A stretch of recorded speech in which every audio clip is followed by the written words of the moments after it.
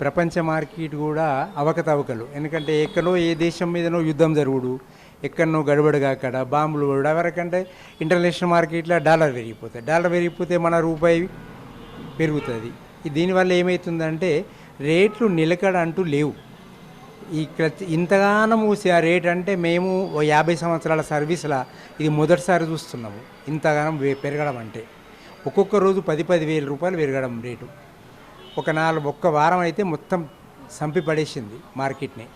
ఇప్పుడు దీనివల్ల అప్పుడేమో పబ్లిక్ ఏం చేసిండ్రు, 2 లక్షలన్నర అవుతుంది అని వాళ్ళ ఊహాగానమా, మరి వాళ్ళకి ఏదన్నా మీడియా చెప్పిందా, మీడియాలో చూస్తారు కదా యూట్యూబ్లో, అందులో వచ్చింది ఇవి 2.5 లక్షలు అవుతుంది బంగారం, 5 లక్షలు వెండి అవుతుందట అని ఎగబడి కొనుక్కున్నారు. అప్పుడు కొనుక్కున్న వాళ్ళందరూ ఇప్పుడు ఈ 2 రోజుల నుంచి ఫోన్లు చేస్తున్నారు, ఏం ధర ఉంది అమ్ముతాం, ఏం ధర ఉంది అమ్ముతాం. కొనేవాళ్ళు లేరు, తులమిడి కొనేవాళ్ళు లేరు, 1 గ్రామ్ బంగారం కొనేవాళ్ళు కూడా లేరు. ఇక ఎవరు అప్పుడేమో కొనుక్కున్నారు, ఇప్పుడేమో అమ్ముతామంటే కస్టమర్లు కాదు. ఇవాళ పొద్దున్న నుంచి 1 గ్రామ్ బంగారం అమ్మలేదు, ఒక పటగొడు సమ్మిన మీద వరకు పొద్దుగాల నుంచి అట్లా అయిపోయింది. కస్టమర్ రావడం బంద్ అయిపోయింది.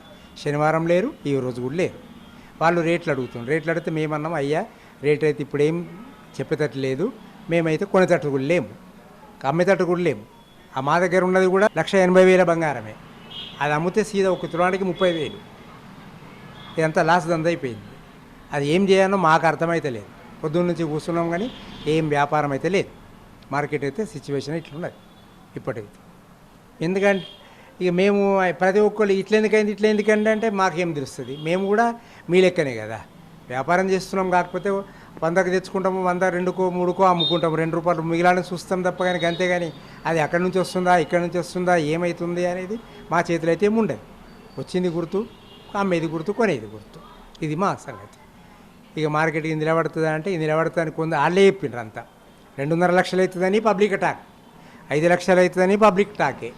ఇప్పుడు ఏమవుతుంది సైడ్కి ఇట్లా అయింది చేయాలంటే మేమేం చేయాలి, మాకేం గుర్తు. అందు మీరే చెప్పారు, పబ్లికే చెప్పిన మాట మేము వింటున్నాం. అది ఇక్కడ నడమకని పబ్లిక్ వల్ల వ్యాపారస్తుడు నష్టపోతున్నాడు. ఈ వారం నుంచి మొత్తం నష్టపోతున్నాడు. అప్పుడు వచ్చిన మాలైతే కొనాలి కదా, కొనాలి మళ్ళీ అమ్మాలి.